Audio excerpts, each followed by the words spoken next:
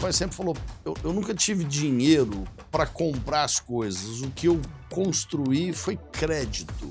As pessoas acreditam em você, te confiam em você, te dão crédito financeiro. E para nós isso é um negócio sagrado dentro do grupo inteiro. É credibilidade.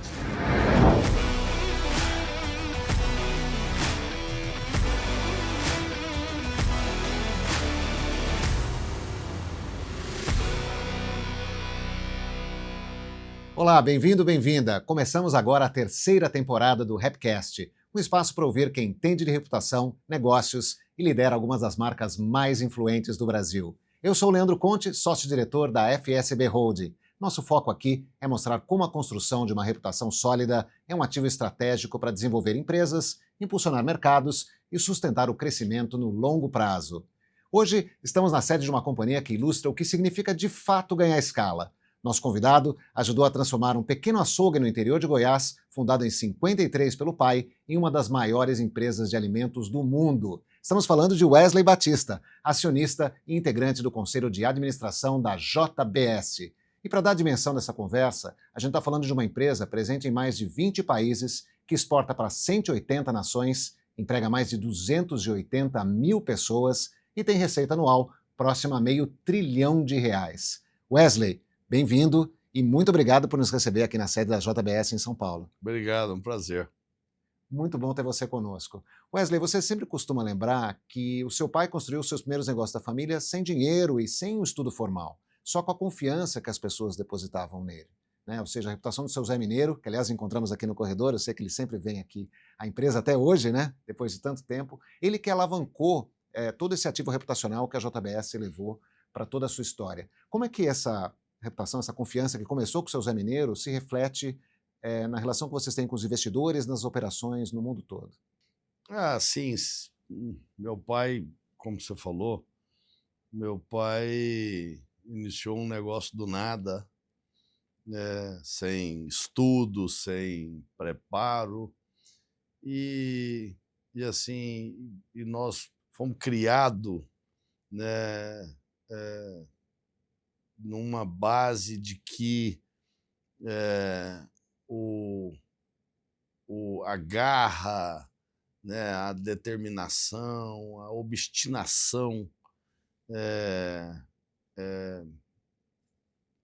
é o que faz a diferença, em tudo que você faz, se você vai empreender, se você vai liderar um negócio. E meu pai sempre falou para nós que assim, e é até hoje, tá? Meu pai sempre falou, eu nunca tive dinheiro para comprar as coisas. O que eu construí foi crédito. E crédito não é só o crédito financeiro, é o crédito das pessoas acreditarem, Então, assim, meu pai sempre falou isso, isso é a base da nossa família, de credibilidade, que o que faz a diferença é quando você tem crédito. As pessoas acreditam em você, te confiam em você, te dão crédito financeiro, e para nós isso é um negócio sagrado dentro do grupo inteiro. É credibilidade. Porque tudo que nós fizemos começou com meu pai, e nós veio da credibilidade, das pessoas acreditarem que a gente era trabalhador, que a gente era sério, que a gente era pontual, que a gente era correto. E, enfim, e aí vem a credibilidade de uma forma ampla. Meu pai sempre falou um negócio, quando nós era menino, ele falou, olha, eu nunca deixei de honrar um compromisso. Nunca. E na forma mais ampla de honrar um compromisso, desde o compromisso financeiro, como o compromisso de eu combinei com você de estar tal hora lá, eu vou chegar antes, mas não vou chegar depois.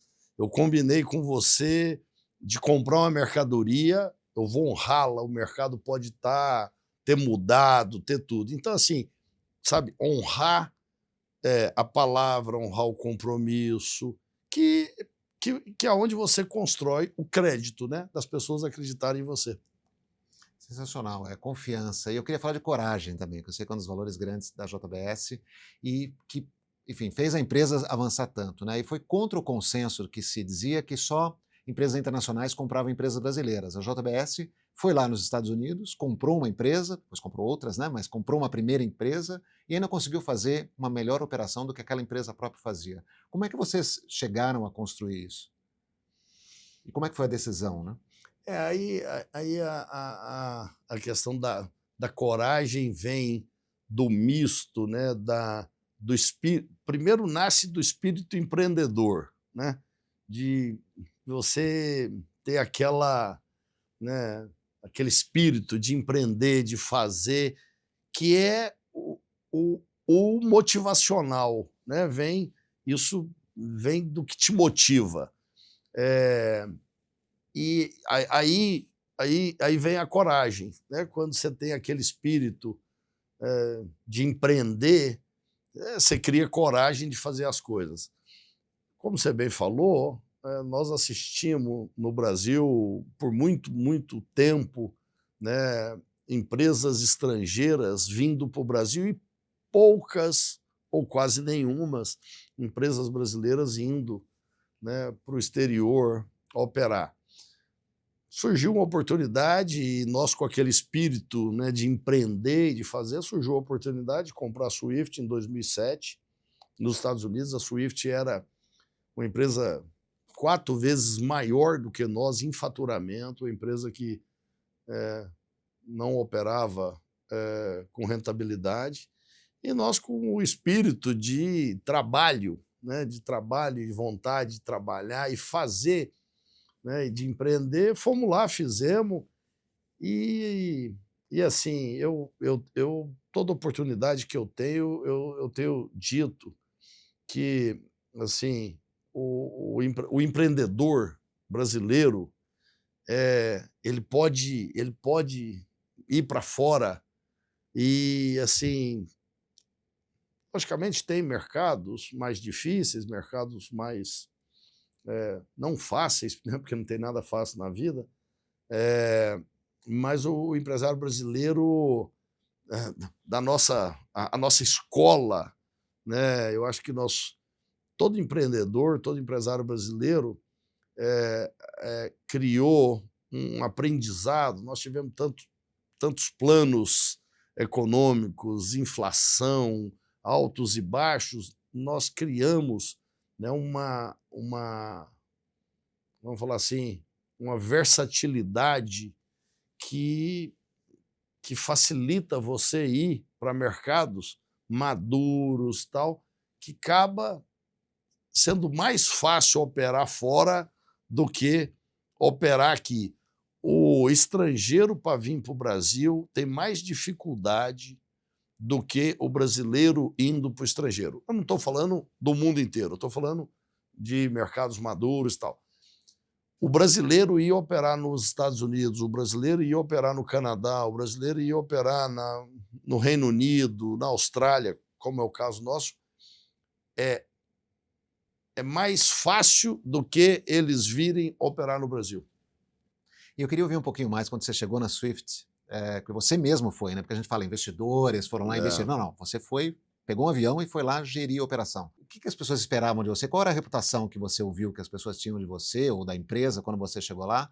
E como é que foram os primeiros dias? Assim, eu ouvi uma história, não sei se é verdade, que você entrou na linha de produção e foi falar, não, aqui é melhor cortar dessa forma, não sei se é exatamente isso, mas como é que foi essa chegada sua lá? O que você enfrentou? Você sabe que, assim, a minha impressão é que, assim, você imagina uma empresa americana, centenária, sendo comprada por uma empresa brasileira. A minha impressão, quando eu cheguei lá, assim, eu fui super bem recebido, super bem recebido. Eu não tive em nenhum momento, assim, preconceito Mas, por óbvio, eu acho que todas as pessoas na empresa e o mercado, no modo geral, não só as pessoas internas na empresa, mas clientes, fornecedores, todos os stakeholders, eu acho que olhavam e falavam: será? Será que. Um ceticismo, assim, É um isso, pouco. um ceticismo. Não preconceito, mas um ceticismo. Fala: será que esse pessoal vai conseguir gerir uma empresa aqui? Eles não são daqui, não conhecem o mercado, uma empresa muito menor do que o que a Swift era. Eu acho que a palavra é exatamente isso, é ceticismo. E você sabe que eu cheguei lá, levei uma meia dúzia de pessoas daqui do Brasil comigo para algumas posições que eu achava relevante, e eu falava para eles: olha só, nós temos que nos provar. Não é eles que têm que se provar para nós. Nós temos que nos provar. Aqui, assim, nós chegamos aqui, ninguém nos conhece, ninguém sabe quem nós somos, ninguém sabe da nossa capacidade. Então, aqui é o contrário, não é, subordinado que tem que provar para o chefe. Aqui é o chefe que tem que provar para todo mundo que nós vamos arregaçar as mangas e vamos fazer o que a gente acha que a gente sabe fazer. E eu falava isso e falava para as pessoas que foram comigo: ó, os primeiros a chegar e os últimos a sair somos nós. Aqui, arregaçar as mangas é nós. E no detalhe do detalhe do detalhe é nós que temos que ir. Então, eu acho que assim, quando você... E eu acho que não é só em tudo na vida. Quando você chega em um lugar que ninguém te conhece, mesmo aqui no Brasil, eu contrato um executivo, ele chega de fora, as pessoas já estão aqui, ele é que está chegando, ninguém conhece ele. Eu sempre falo isso: olha, quem está chegando é que se prove. E vamos aprofundar um pouco mais em cultura, né? Uma coisa que vocês sempre levaram na JBS foi a austeridade e essa coisa da mão na massa que você citou várias vezes, né? De arregaçar as mangas e ir lá fazer. Como é que essa característica, que no começo podia ser até um pouco pitoresca, né? De ser tão austero e tal, se transformou num ponto de referência para os concorrentes globais e uma marca da JBS no mundo todo? É assim, nós sempre acreditamos muito que, assim, que o macro é importante, mas o que faz a diferença é o detalhe. Não é assim, você olha, você pode analisar, e eu olho, em qualquer setor, as empresas bem-sucedidas, a maioria, ou em todos os casos que eu já olhei até hoje, a liderança tem visão estratégica, tem visão macro, mas mete a mão na massa e vai no detalhe e olha cada detalhe em todos os aspectos, do custo, da produtividade, sabe? Arregaça as mangas, porque assim, tem um negócio, às vezes, empresa vai crescendo e executivos e a liderança vai criando uma visão de que, não, temos que ficar aqui, sabe? É isso, lá em cima, olhando e pensando na estratégia, nas coisas macros, e nós não acreditamos nisso, não acreditamos. É importante, a liderança tem que pensar no macro, no estratégico, mas tem que meter a mão na massa e operar no detalhe do detalhe, porque é o detalhe que faz a diferença, entendeu? Eu queria falar um pouco mais de gestão de risco, que a JBS cresceu de forma agressiva nos últimos 20 anos e sempre é conhecida por essa foco do apetite ao risco, né? Não sei se foco, mas o apetite ao risco. E até comprando negócios que às vezes não estão tão bem e vocês vão lá, compram e fazem o turnaround, né? A mudança para melhorar o negócio, isso traz os resultados. Como é que é tomar decisão para uma entrada num risco desse? Como é que vocês planejam e tomam decisões assim? É assim, eu acho que tem duas coisas. Primeiro, eu acho que as teses de investimento da JF e do grupo é assim, primeiro,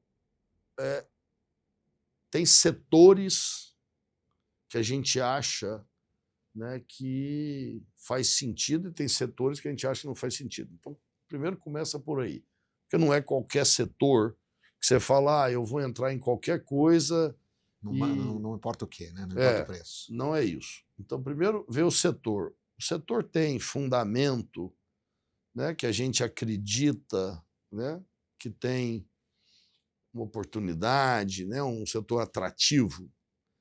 E aí depois vem que a gente acha exatamente onde estão as oportunidades. São empresas que a gente olha, ou negócios que a gente acha que está subavaliada. Subavaliada por vários motivos. Ou porque está com um time que não é o time adequado, ou porque está com a estrutura organizacional complexa, ou porque ficou burocrática e perdeu o foco, agilidade e tal. Então, assim, se você olha a nossa história é feita disso. A maioria das aquisições, a grande maioria das aquisições que nós fizemos foi empresas em setores que nós gostamos, empresas que a gente olhava e falava, ali está faltando foco, está faltando management, está faltando cultura, está faltando disciplina, está faltando gestão austera.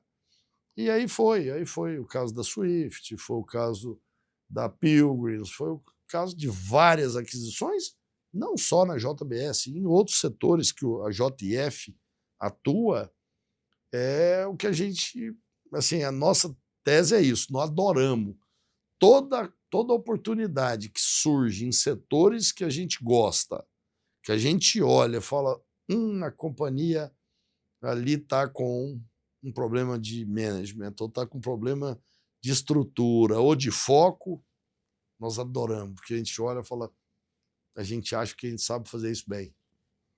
E recentemente vocês agora ocuparam um estágio global maior ainda com a dupla listagem em Nova York, que aconteceu recentemente. Como é que está essa interação agora com um número maior de investidores globais, né, alguns que não estavam expostos à JBS, e como é que você acredita que evoluiu a reputação, né, de 20 anos atrás, quando vocês começaram a expansão, e agora que vocês estão nesse palco global aí dos investidores?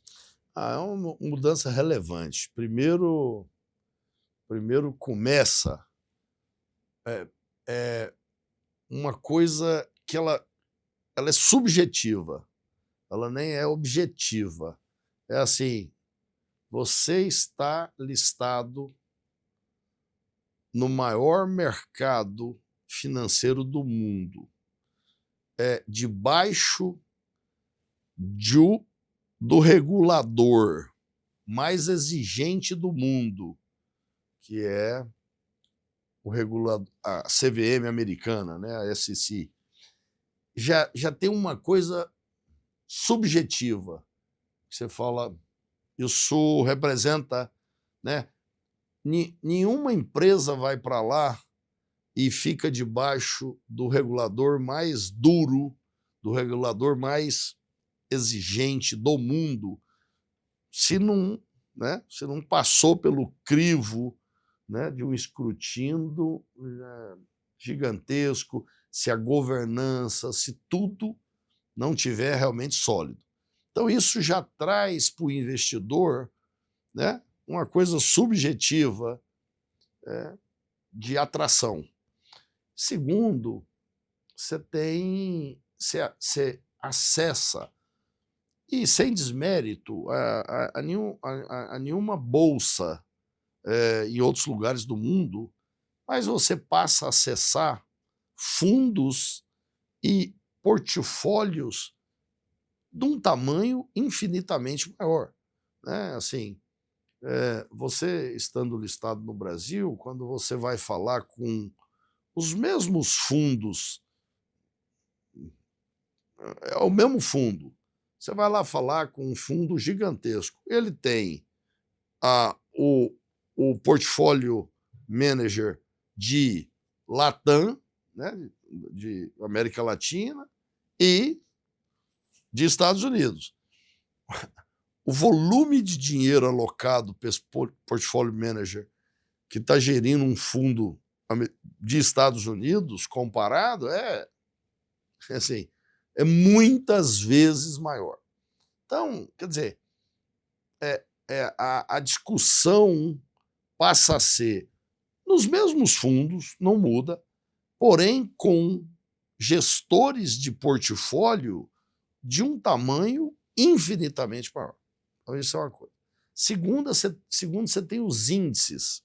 Como você tem o Ibovespa aqui, você tem o S&P, você tem o Russell, e você tem vários outros índices, né, na Bolsa Americana, que é uma diferença monstruosa. Hoje, o volume de dinheiro de fundos passivos que seguem índices nos Estados Unidos é um negócio descomunal. Então, assim, você não acessar esses fundos, esses investidores e esses fundos é uma desvantagem. Então, quando você está lá, por exemplo, quando a gente olha o nosso maior concorrente, que é americano, ele está no S&P 500. Quando você olha grandes fundos, a quantidade que eles têm alocado no nosso principal concorrente e o quanto ele tinha alocado em nós, é um negócio brutal. É assim, o cara tem $1 bilhão alocado no nosso concorrente e tinha com nós $50 milhões. Por quê? Porque nós não estamos ainda, né, no S&P 500. Então, assim, é diferente, né? O acesso ao bolsão, né, de capital é infinitamente maior. E sem desmérito, né, a qualquer bolsa na América Latina, ou na Europa, ou em qualquer outro lugar. É uma questão de escala. Questão de escala.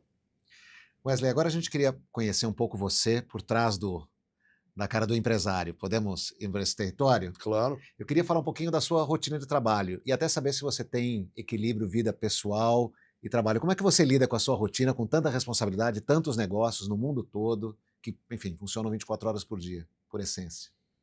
Olha, assim, eu tenho uma vida super tradicional. Tradicional do ponto de vista de rotina. Sim, meu hobby é o trabalho. Muita gente me pergunta qual é o seu hobby. Eu falo, infelizmente, eu até gostaria de ter, não é infelizmente, não, felizmente, meu hobby é o trabalho. Eu até gostaria de ter um hobby, até já tentei. Falei, puxa, eu queria ter alguma coisa, mas não tenho. Assim, o que, desculpa a palavra frente às câmeras, meu tesão é o trabalho. Então, o que me faz acordar de manhã e dormir tarde e tá adrenalina é o trabalho. Meu pai sempre falou, quando você faz o que você gosta, você não trabalha, você se diverte.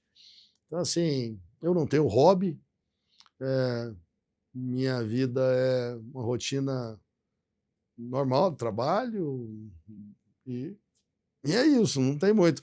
Minha mãe, há muitos anos, fala, vem cá, para quê? Comprar uma fábrica? Para que comprar? Que vocês estão pensando em comprar uma empresa? Não vai mudar a casa que mora, não vai mudar o carro que anda, nada. Mãe, mas não é isso. Realmente não vai mudar nada. Mas é a adrenalina e o que te acorda de manhã cedo com motivação de fazer acontecer. Então, assim, é isso. Eu tenho uma vida normal, simples, sem grande sofisticação. Eu queria agora fazer a última pergunta, Wesley. A gente está num Rapcast, né, focado em reputação. Então a gente sempre pergunta, a gente sempre fala, na verdade, que reputação é o que falam de você quando você não está na sala. O que você imagina que falam de você quando você não está na sala, Wesley? Olha, eu trabalho para deixar o legado de confiança. Confiança. Assim, de que se eu não estiver na sala, a pessoa reconheça que eu sou confiável, sabe? Que pode confiar em mim, do que eu falei de verdade, que eu não, sabe, não falei pelas costas, que não tem pegadinha, que é transparência e confiança. Assim, eu trabalho, espero, né, que quando eu saio da sala, as pessoas olham e falam, não, é isso, foi transparente, o que falou é o que falou e pode confiar e vamos em frente. Perfeito. A gente tem um presente para você, um presente com uma missão. Tá? Eu queria que você escrevesse nessa plaquinha, que depois vai ficar contigo, uma palavra que simboliza a reputação para você.